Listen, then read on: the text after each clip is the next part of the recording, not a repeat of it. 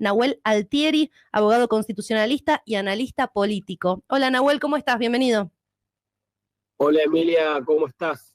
Bien, muy bien. Muchas gracias por sumarte con nosotros y por poder venir un poco a dar explicación y un poco de claridad, ¿no? Sobre lo que implica también la presentación del presupuesto. Hay mucha expectativa puesta, así que quería arrancar obviamente desentrañando un poco el tema, como me habrás escuchado decir, y ver qué implica todo esto, cómo puede llegar a avanzar. Digo, hay mucha expectativa, como bien decía recién, sobre esto en salud. Se habló de discapacidad también, pero esto no quiere decir que se ponga ya en marcha, es contarle un poquito a la gente cómo funciona.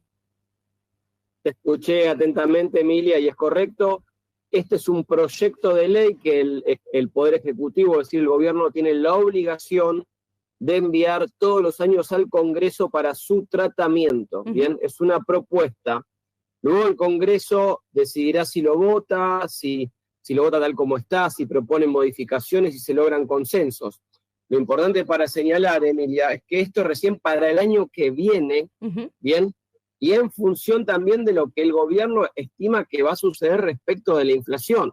Este es un tema muy importante porque vos has señalado que el gobierno previene un aumento, y atento con estas cuestiones, de un 5% en las jubilaciones y por arriba de la inflación y de un 5% en las pensiones por discapacidad.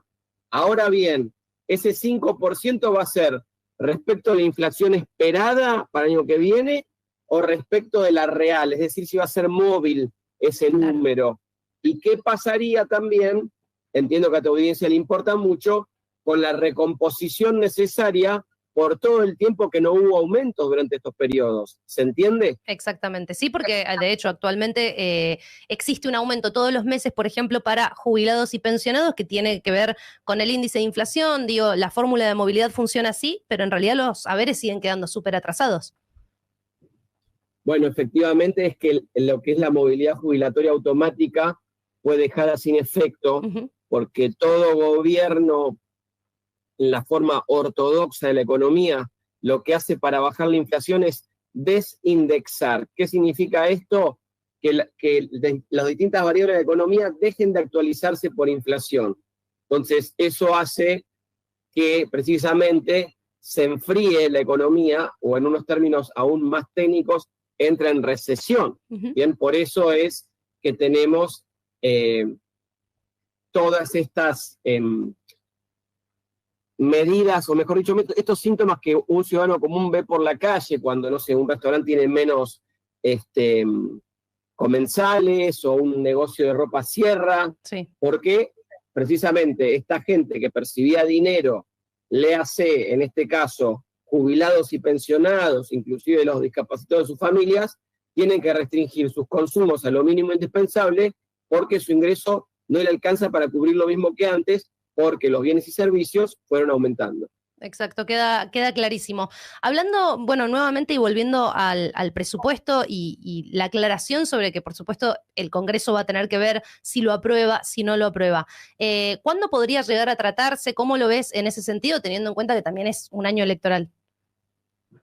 Bueno, está muy bien la pregunta y vamos a ver qué pasa, Emilia. Te cuento a vos y a la audiencia que el año pasado no se llegó a tratar, o mejor dicho, no se llegó a aprobar. Exacto. Por lo tanto, la Argentina estuvo y estamos sin presupuesto.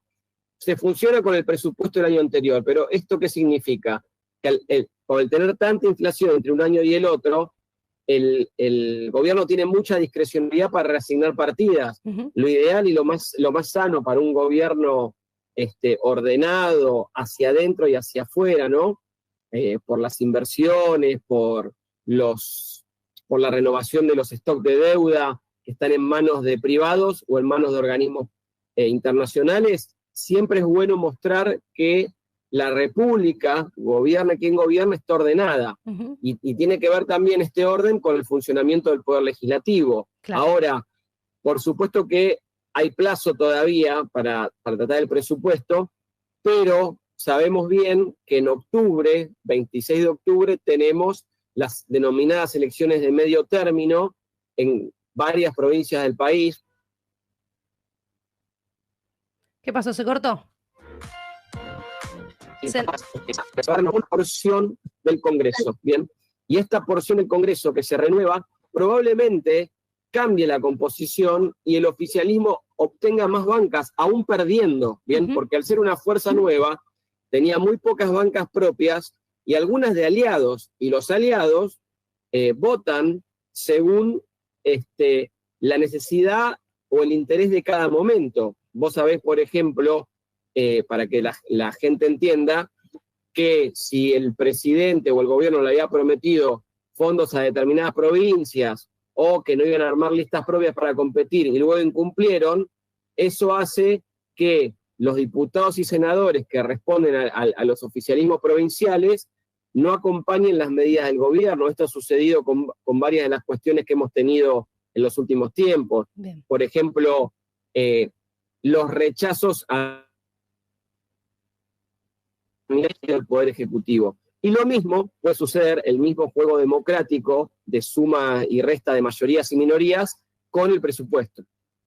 Bien, queda súper claro. La verdad que sirve muchísimo también esto para tener en cuenta más allá de los intereses, como bien vos decías hace un ratito, ¿no? De nuestra audiencia, es decir, qué va a pasar con las jubilaciones. Incluso hace poco también tuvimos la novedad con la ley de emergencia en discapacidad. Pero quería llevarte quizás a otra pregunta también nuevamente pensando hacia el 2026. Recién justo escuchábamos a un economista decir que para el 2026 se espera que ya sea con mucho menos recorte de gastos, que no sea tanto el ajuste que venía haciendo el gobierno. ¿Te parece que puede llegar a ser así? Bueno, lo que sucede es que el ajuste ha sido fenomenal, si uno lo quiere poner en términos positivos, y brutal en términos negativos. Fue muy grande el ajuste. Sí. Y ningún país del mundo hizo un ajuste tan rápido, pero no nos tenemos que olvidar que no es gratis ajustar, ¿bien? Porque, por ejemplo, algo bien palpable, si dejan de invertir dinero en mantenimiento de rutas, las rutas se hacen más peligrosas, hay más pozos, hay menos señalización porque se deteriora, y eso puede causar accidentes. Entonces, no es que todo recorte de gastos es para festejar, mucho menos, reitero, trayendo el tema que nos ocupa en primer lugar, es que los jubilados tengan un ingreso que no les alcance para llegar a fin de mes, porque no son otra cosa que las personas que nos precedieron en este juego que se llama vida, ¿no? Que han estado aquí antes que nosotros.